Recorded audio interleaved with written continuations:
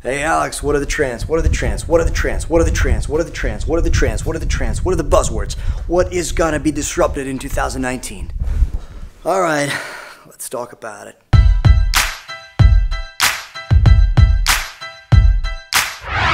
The quick answer is a lot, right? Because every year we hear this disruptive stories, and most of those disruptive stories are aspirations. Like some startups just say, hey, we're disrupting this, we're disrupting that. Like one of the recent ones, right? Those people in Arizona who vandalized those self-driving cars by Google, it's pretty nasty, but that's also a very, very good sign that that technology is so close now, that we're really that close to having those autonomous vehicles. So that stuff is happening. It's not disruptive anymore. And like, I understand all those people are worried that all driving jobs will basically disappear. That's not true. Obviously, they will not disappear. They will transform, and I can explain later. I'll do a big segment on trucking and logistics. But a lot of industries will actually get disrupted in 2019. I think that 2018 has been a year of talking the talk. 2017, 2018, right? We all talk the talk about crypto, blockchain, and how all that stuff would revolutionize financial industry, how we will no longer use money, paper money and stuff like that. Same stuff I remember was when mobile payments were promoted and everyone thought that cardless future is just around the corner. This year, banks issued more cards than ever before. Those are just trends. And one of those, I remember I was looking through some statistics about mentioning of blockchain and cryptocurrencies in the calls of publicly traded companies, Fortune 500 companies. And it was so obvious. It was like in January, 86% were mentioning those two buzzwords, and by fourth quarter, only 12%, I think. Yeah, so it became unpopular and, well, regressive, I guess. It doesn't mean that those industries or those buzzwords will not turn into something much bigger. I mean, they already have. It's just that it's not what the promise was, okay? It's just not that we are all now trading currencies and using cryptocurrency on a daily basis and all that stuff. Well, you know the drill. So obviously, a lot of stuff will be disrupted. I can't speak for all industries, but why I think 2019 is going to be different is because 2017 and 2018 were the years of promises. A lot of things emerged, a lot of buzzwords like AI and big data and machine learning. They kind of been creeping into our lives before, but in this last 2 years, they've become really popular.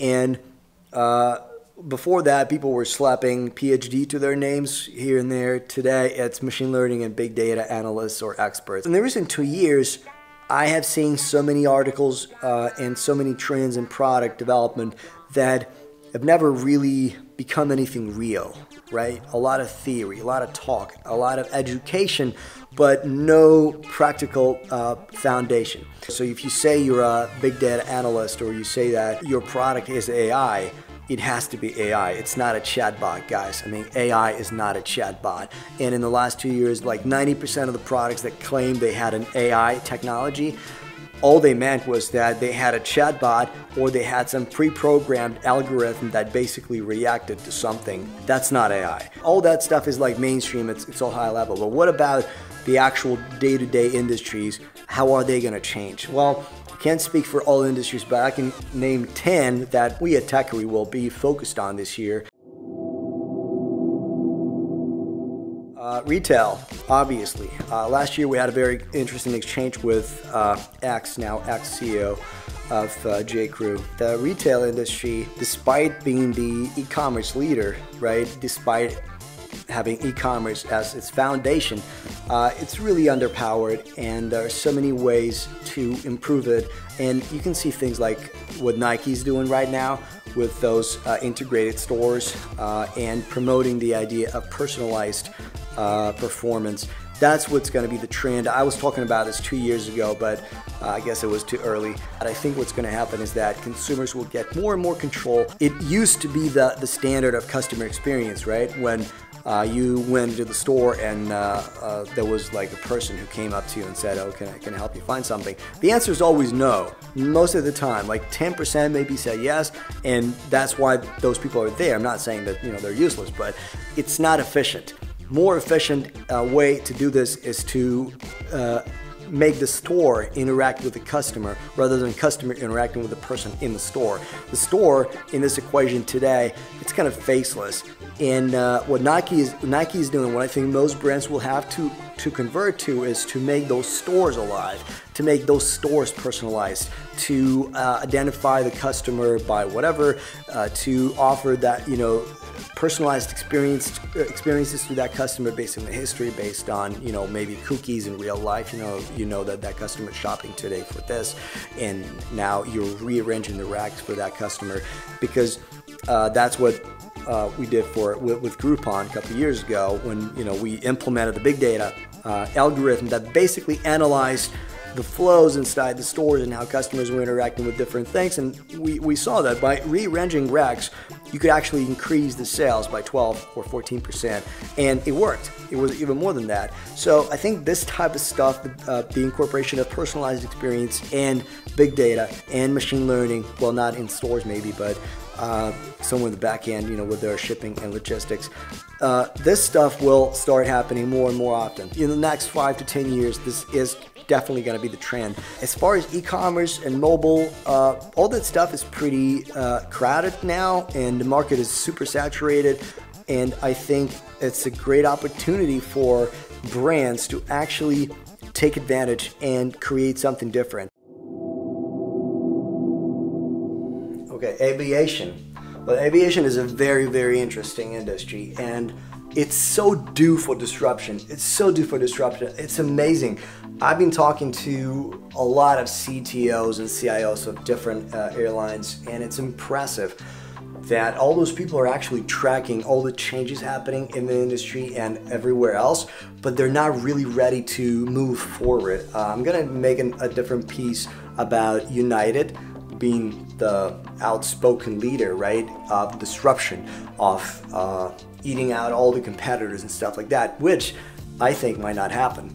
And I'll explain why, because I had a couple of exchanges with their CTO or CIO, I think. And what she said to me was pretty interesting for all the airlines. So as far as airlines, they've cut up on e-commerce. Now you can buy, everything online, but that's not the point. The point is that the capacity, the max capacity of their fantasy has been reached, right?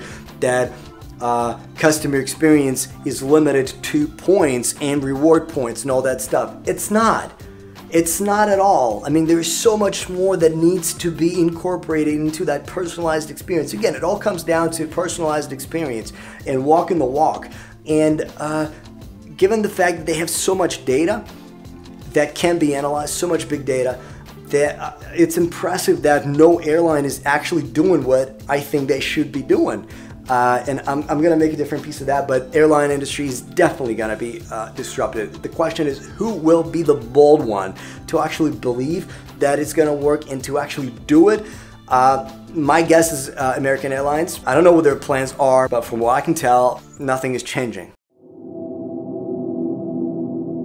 Banking industry is so due as well. Our online banking is getting better.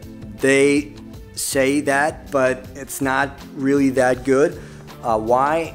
Because they've actually taken the advancements in other industries too literally, I would say.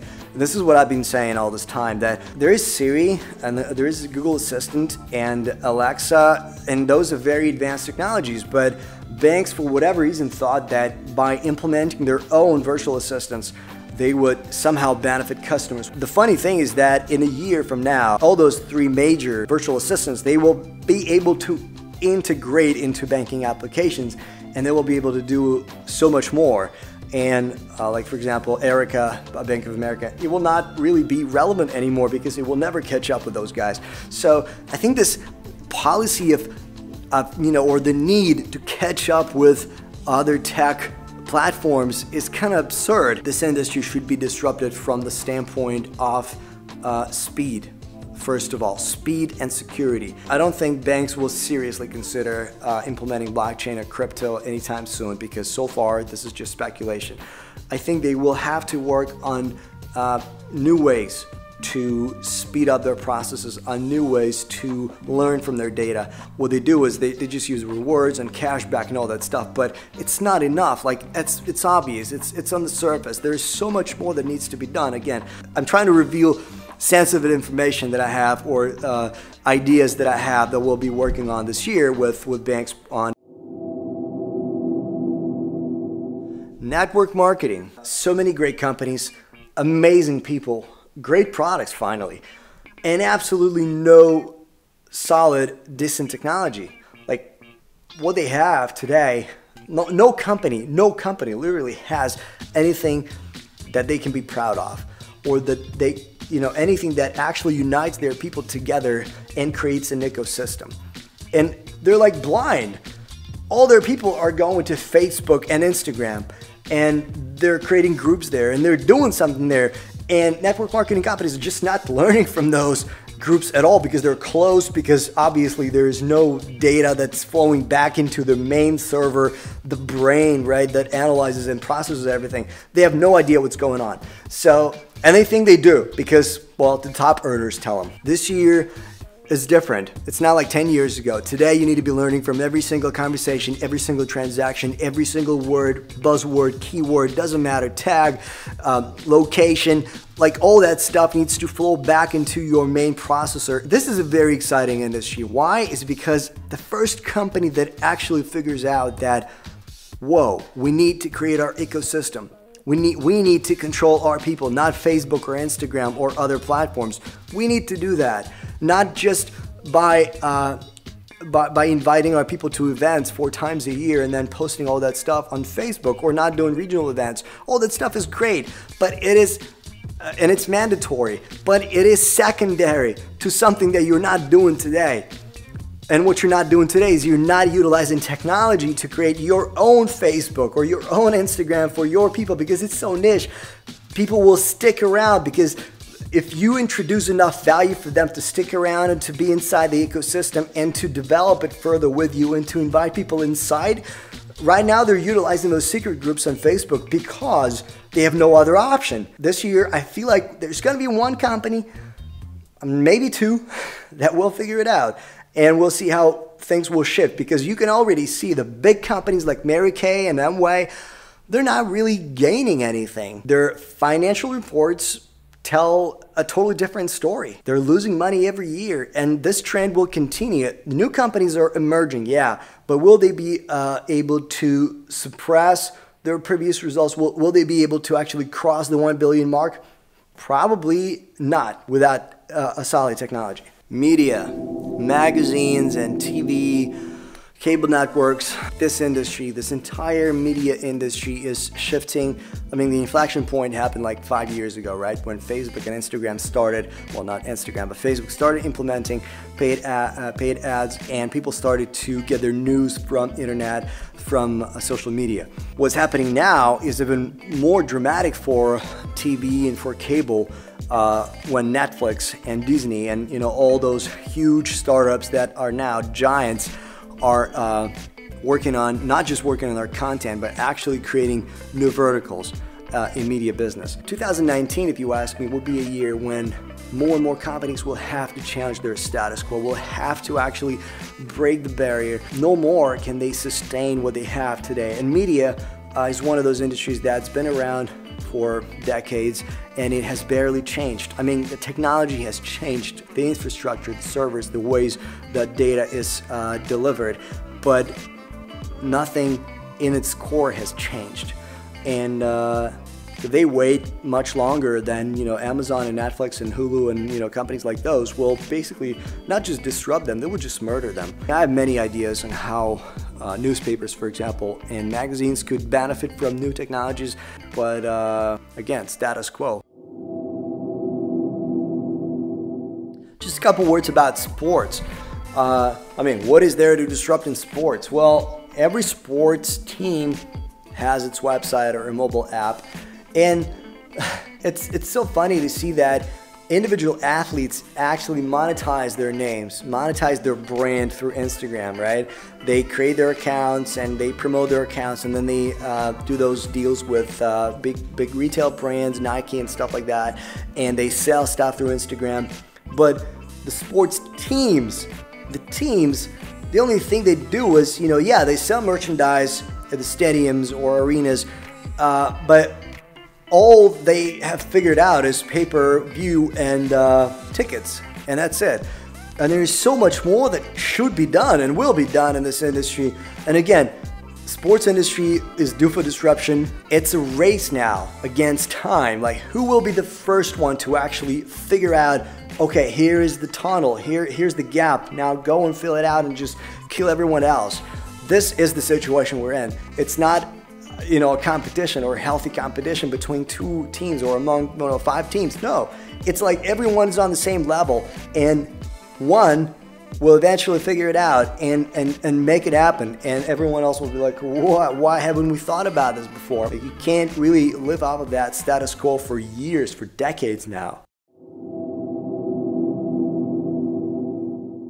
Trucking and logistics, transportation. This is the one industry that I've touched on in the beginning of this video. This industry is insane. It's $800 billion industry, and only one startup that has emerged in the last 2 years, Convoy, that had sufficient funding to actually start disrupting the industry.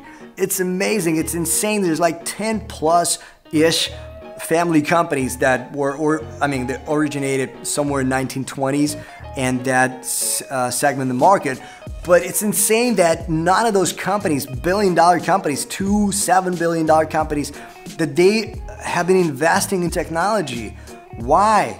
I can't wrap my head around this, because we've all been witnessing what Elon Musk has been doing with Tesla, with autonomous vehicles. All that stuff is being so obvious. But even without autonomous vehicles, because I strongly believe that autonomous vehicles will actually bring in more jobs than kill. But it will depend on the drivers. It will depend on companies and how flexible they will be in adapting to new realities and how accepting they will become, because the roles will shift for sure. Not long-haul drives, for example. Obviously autonomous will win that one, but local, probably not. The loading docks, totally not. Autonomous is not going to be of help there. There will be a ton of customer experience issues that someone will have to deal with. Based on my research, more than 900,000 jobs will have to be created in order to support this. They will not have to be created from scratch, but drivers will actually have to, to accept the new reality and shift. There's so many nuances in this industry, and it's not that complicated.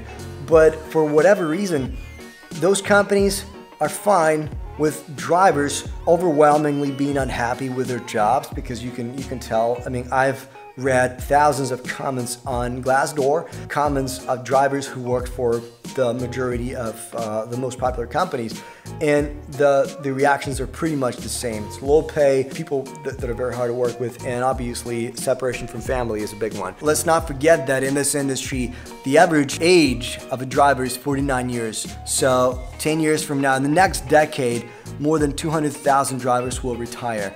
And this whole thing needs to be taken into account, and it has to be solved. And Convoy is just, solving one little piece. But again, this is the same thing that's happening across the board, across all those industries that I've been mentioning today. Major players are not doing anything to gain the advantage, to have an upper hand.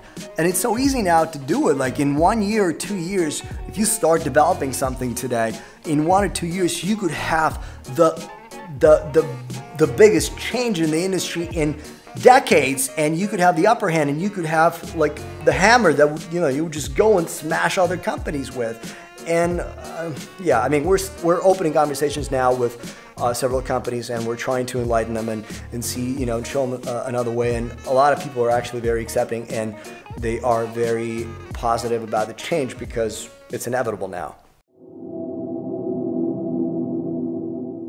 Hospitality, travel, and wellness. I will combine them into one. although they're three separate industries, but they have the similar issues: hospitality, travel, and wellness. Again, it's the same trend here. Personalization, personalized performance, personalized travel, personalized wellness, personalized experiences in hotels and stuff like that. And what we have today is almost the standard. It's already the standard, right? The standard for us is to go to TripAdvisor or Booking.com or Google. It's not a novelty thing. This has been going on for decades already. This type of e-commerce, this type of interaction, this type of customer feedback. And this is about to change. Again, that Nike example that I mentioned in the beginning of the video is a proof that we are moving towards personalized performance. It doesn't mean that it's just your performance as an athlete or as a runner or whatever. It means that performance across the board needs to be personalized, and the engagement will have to change. Just like network marketing industry is not really, can't really figure out that it needs to actually create its own ecosystem. A lot of hospitality players, a lot of wellness companies, and a lot of travel companies, they're stuck in 2005 when all those reviews and instant booking, all that stuff was introduced. But since then, no real disruptive innovation has happened. The market is getting so saturated that people, they have too much choice. When market gets saturated and you're a big player, what you do is you actually not just create a disruptive technology that disrupts the market, you have to rebel against the status quo, and you have to give people something absolutely different, like Airbnb did. Actually, here's a good thought. Big companies, enterprises, and corporations today, they need to start thinking like startups. There is absolutely no way for them to just sustain what they have because the market is too saturated. And saturated market, its biggest threat is not competition. It's that people make irrational choices and they're overwhelmed with information and choice. There are no bad cars today. And it's true, like, you're not really emotional about any car unless the car costs $250,000. But everything else is just good. You can take any car and it's good, and it's a problem. And that's why car manufacturers are starting to actually invest into design more and more. Not kind of, there was a wave when car manufacturers were used the buzzword utility, and well, those times are over. I mean, we're seeing more aggressive forms, more aggressive shapes. Even SUVs like CR-V, for example, they're going through a whole bunch of aerodynamic tests that they never really before were going through.